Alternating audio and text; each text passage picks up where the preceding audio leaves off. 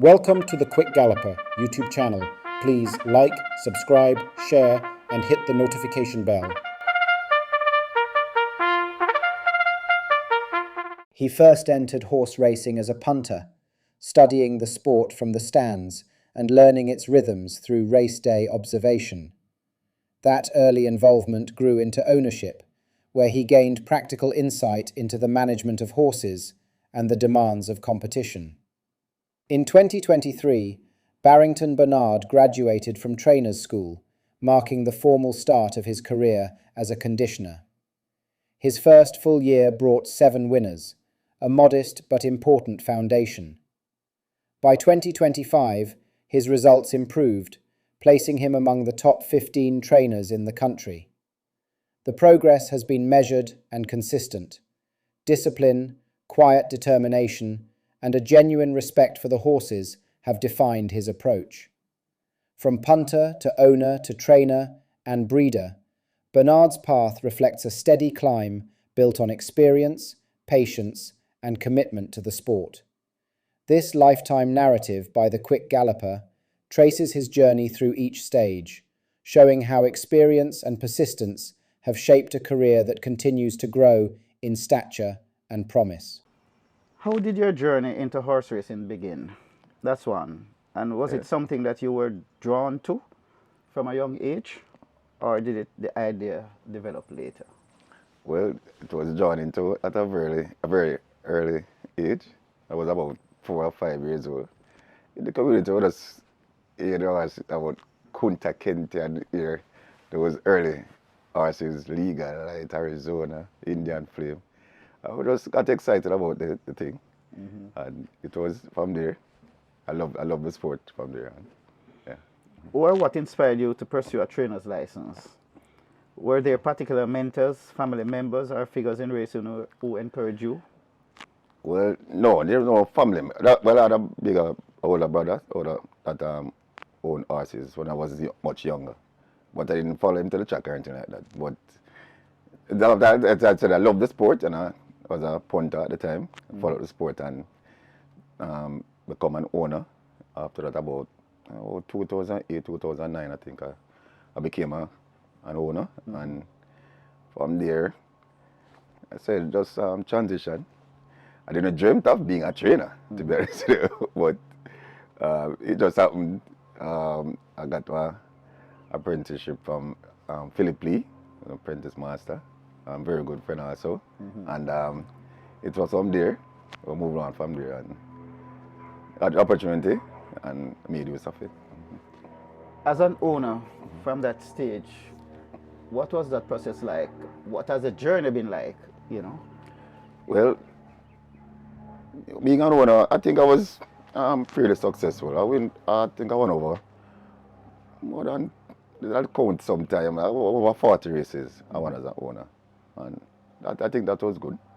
So, and learned some basics being an owner, and from there I just say, all right, give it a try as a trainer, and it's working out so far. Yeah. Before we get to the training side, as an owner, which was your first winner? She's Magic, a grey filly, a clean batas, so I'm thinking from Wayne the Costa, and she ran one time, and the second time she won. So winning was early for me. Yes. Who was the rider? Richard Mears. Richard Mears. Yes. And the trainer was? Paul Smith. Paul Smith. Yeah, Paul Smith. Okay. But what was that feeling like? Getting into the sport now as an owner, winning your first race? Yeah, man, it was great. It was a great feeling. Very excited, and I was more encouraged to be, and gradually own more horses, and it was quite good. Of the lot, nearly 40 races as an owner, which gave you the most joy? Mas Edgar, towards Mas Edgar and River Muma. Those 2 horses, yes. Why? Well, Mas Edgar as a good classic horse, a 2-year-old, but he died from colic after one of his debut, the first time he ran. But I think that was so we had high praises for that horse, but didn't work out. But I think that was the best one so far. And River Mama. And River Mama. Yes. you know, sometimes you have the horses that you think are the better ones, but at the same time you have some that whenever they go to market, man, they bring in the food, you know, Right, right. always. Yes. Anyone stands out like that for you And the owner or as an trainer? owner? As an owner, Hypocrite. That's a claim. I can't remember who claim from. what's her name? Right, hypocrite. The first time we ran that horse, she expected to win, but she ran down the track, and the trainer sorted her out, and after that, she won. After that, at 7-1. So I think it was Dick Cardenas runner. All right, so you got involved in the training now. Philip Lee was your apprentice master. Yes, yes. Right, and you graduated in 2023. Big Yes, batch. right. May, I think it was May 2023. May 2023. Remind us of some of your batchmates. Oralin, Donovan Clark, Ricardo Brown, Carlton Cunningham, Jerry, and Greg Finner, Sacklin Roman. Almost everybody been doing well. You know? Yes, yeah, most of us doing well. Yeah, that's true. Yes. Yeah. Yeah, almost everybody doing well. But let's talk about your early days running your own stable. Who reached out to you to offer support when you started, and how important was that network in getting your operations off the ground? Well, Junior Small, yeah, Pranger, yeah, it was very integral, yeah, very supportive, and Donovan Thompson also, yeah, Yeah. and along with Philip Lee, same, yes. And there was something that was nice among this group, the support for each other. You know, when you guys won your first races, Yes, yes. almost everybody would come out and dose you and Yes, enjoy right, the right. celebration. Right, yes. Right, so I think it's a traditional thing. Good, and we maintain that tradition, Right. and it was good. The camaraderie was good, very good. Your first win is always memorable. Can you tell us about, as a trainer now, Yes. can you tell us about that horse, the race, what the moment felt like personally and professionally? All right, Angelus. First one was Angelus, ridden by Roger Hewitt. A matter of fact, I ran 1-2, first and second in that race. Angelus and Ekan Dance came second. It was there was one at 47-1. Wow. And I think we graduated about May 13, mid-May, and the second week in June, so less than a month. I had my first winner. I had a couple tries before, didn't work out. Generally, we was expected to. You don't expect to win a race, you carry a shirt to change. Yes. So for that occasion, I don't know why I just came across the wise, don't carry a change a shirt. So it was being superstitious. And it worked out that day. So it was soaked all day. How important was the training course that you got, and how has it helped you so far in your career? Helped me a lot because, as I said, we dreamt of being a trainer. So the course really helped me a lot. Dr. Bartlett, nutrition, being an owner, I know about nutrition, and I think it's very good. And Dr. Bartlett impressed upon that, so that was good. Dr. Ramlal, many situations with Dr. Ramlal. Dr. Janali, mainly about the welfare of the horses, very important also. The steward, Mr. Williams, right. It was a very good course. Learned a lot. Reflecting on your first year as a licensed trainer, what were the biggest challenges and surprises? How did that initial experience shape your approach to racing in subsequent years? Well, it was challenging, but exciting, you know. And we continue to learn, and it is working out so far. It's been challenging, but it's working out so far. I had about I think I had 7 winners the first year, 7 or 8 winners the first year, and a lot of second and third. So get a lot of beating. Powerful Yeah, I think I had about 20 some second and third. Yes, right.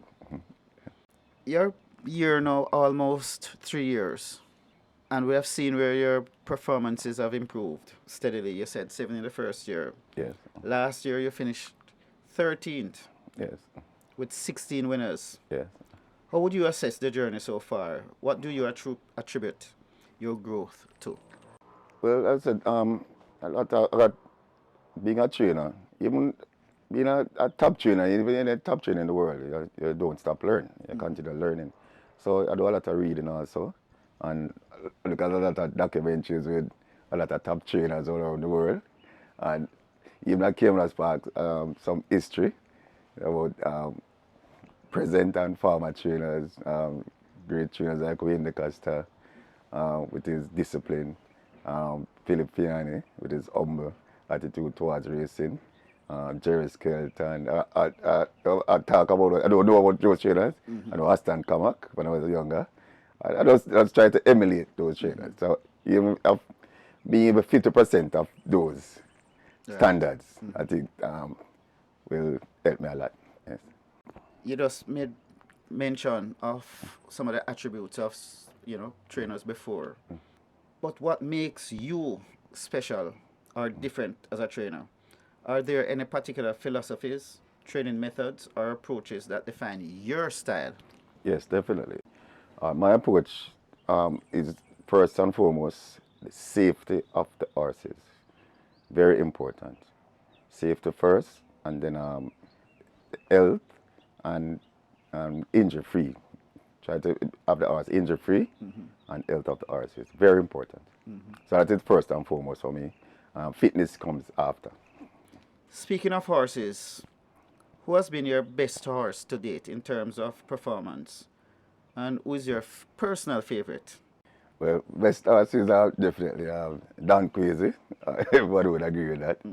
Yes, that is my favorite. I've always, but still, it's very, that I'm excited about also. Newland Lynx. You see, that horse have run for over 2 years, and we won with him after that. Right. I think that was very significant and encouraged me, and a lot of people see me that at that time Right. with that feat. Yes. Speaking of your barn, could you give us a snapshot of your current barn? How many horses do you have? The composition, age class, and potential. Where I you have know, at the early stage of it. 20 horses, I think. 20 horses. 8 3-year-olds, 6 2-year-olds. So mostly young horses, that's 14. Right. So the others racing horses. I have one horse that is 5-year-old, not a race as yet, but hoping to race this year. And others are racing horses. Yes. Looking ahead, what are your immediate plans for the stable?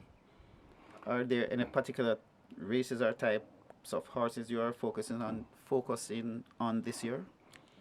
Yes, art. For the younger horses, or aiming for the classics. If you notice, I don't mention, I don't really have any claiming horses. So I'm more invested in my owners, Mr. Ian Lodge, Wayne Henry, Richard Clark, my son Kwanzi. We're invested in younger horses, so that our aim is to win classics. Right.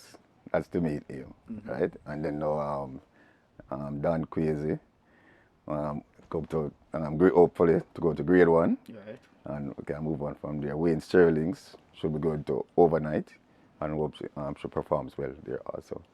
So how are the youngsters, and more specifically, how are the 3-year-olds looking at this early stage? Well, they're coming on. They're coming on fine. Just one of a little setback. So that some injury. So we have to deal with that. But the other 7 are okay, and they're training fine. So I'm being very hopeful for the classics this year. You spoke about Dan Kwesi, certainly one of the most improved 3-year-olds towards the back end of last season. Yes. What were the factors that contributed to that progress that we saw? Well, I don't know. Classic horse last year. But I was the best 3-year-old last year, to be honest with you. Even persons come along and say that to me, say, the brother they have the best 3-year-old from early last year. But he was training well, but he had some setbacks. So, first time he ran, he won. But he got disqualified, and couple races after that was run expected to win, but was disappointed. So I just put him down for a while, for a couple of months, and just retrain him. And from there, he just took off and show his true potential. Are you a full-time trainer, or are you engaged in other activities alongside racing? And how do you balance both, if you do? Yes. Well, I have other activities. I'm in construction, mainly road construction. Right. So, but I balance quite well. I wake up, go to bed early, wake up early in the morning, like about 4 o'clock, up and running, ensure that the stable is all right. So, and by 10 o'clock in the morning, finish and do my other chores. Okay. Outside of racing, what are some passions or interests that define who Barrington Bernard is as a person? Well, I'm a sports person. I like sports overall. I'm a party person, but when you're in horse racing, I mean, I'm up in the age though, past those stages. Right. It's not really the party thing as such anymore. Just occasionally. But I'm most into sports from day one. I like NFL, I like football. I like those things. NFL, my favorite teams are Green Bay Packers. And in football, my favorite club team is Chelsea and Borussia Dortmund. And as national football, now my favorite team is Germany. Okay. And, which gave me one of my best birthday gifts ever, winning the World Cup. I think it was 2014. 2014 Yes. in Brazil. Yes. Yeah. Can you share a bit about your family background? How your upbringing shaped your approach to work and life? Yes, my father was in a construction person also. My mother was a disciplined one. Right, so, upbringing is very good. I'm the second to last one of 7 of us, and our older siblings guided me very well, and very, very good upbringing. I would say I'm maybe the black sheep in the family. I'm a decent family. Looking back on your journey from acquiring your license as an owner, now a recognized trainer, what moments stand out as defining or particularly meaningful? Well, also the performance of Newland Lynx. I think That that's year break. right, the 2-year break, and what 3 races now, and a second. Tell us a little bit, if you can delve into. Just tell us a little bit. What was the nature of that setback? Well, had a joint issue. Right, I didn't have him at the time, right, when he got the injury. But after I got him on, he thought do some X-rays and gradually work with the vets. I said, give it more time, give it more time, and it worked out. Yeah. He's back to fully healed now. And Trainer, you have been a terrified, you have been an owner, yes, now a trainer. You have Yes. been around Caymanas Park for a long time. yes, very long time. Can you tell us some of the better horses you have seen run at Caymanas Park, and if you want to choose the best one you have seen, and also some of the best jockeys or the best one you have seen at Caymanas Park? Well, I might be a little biased though, because I'm going to tell you my favorites. But in terms of horses, there's some very good horses. Legal Light, Royal Dad, and Trainer Fiona had some wonderful horses. And my favorite horse at Caymanas Park is I'm Satisfied. That's my favorite horse. Were you at the track when he won the Yes, sir, derby? yes, sir. That's my favorite horse. I love that horse very much. I am Satisfied. But I think Eros is the best horse I've ever seen, though. Eros is the best horse I've ever seen. And The jockeys? Winston Griffiths. I didn't see much of George's son, but Fana is my jockey, my favorite jockey. Yes, they always compete with Fana and Bimbo. They know they're very good jockeys. But so I used to, when I was younger, I used to have to defend Fana against the Bimbo fans. Yes, so many of us did in yes, that era. that era. That's right. Being involved now, what do you think of the younger jockeys coming up right now? Yeah, man, you have some very good riders, man. Roman, Dawkins, Aladdin. They're doing very well there. And they learn the game fast, and they're doing very well. Well, you know what, trainer? I mean, the landscape has changed from when you started. Yes. These guys now have all the tools. Right. They right. can watch themselves riding on them phone. Right. You know, Right. a minute after them finish riding, Right. you know, in Yes. the 70s, 80s, they never had that. Yes, that's true. You know, you're still a young trainer in terms of profession, just in your third year. Yes. But if you could give advice to young trainers just starting out, what would you tell them about building a career in the sport? Well, you have to have discipline, first and foremost. You have to be disciplined, and you have to love the sport also. And yeah, discipline and love the sport, that's the two main things, attributes. I'll just go forward with that, and you'll be okay, I think. Yeah.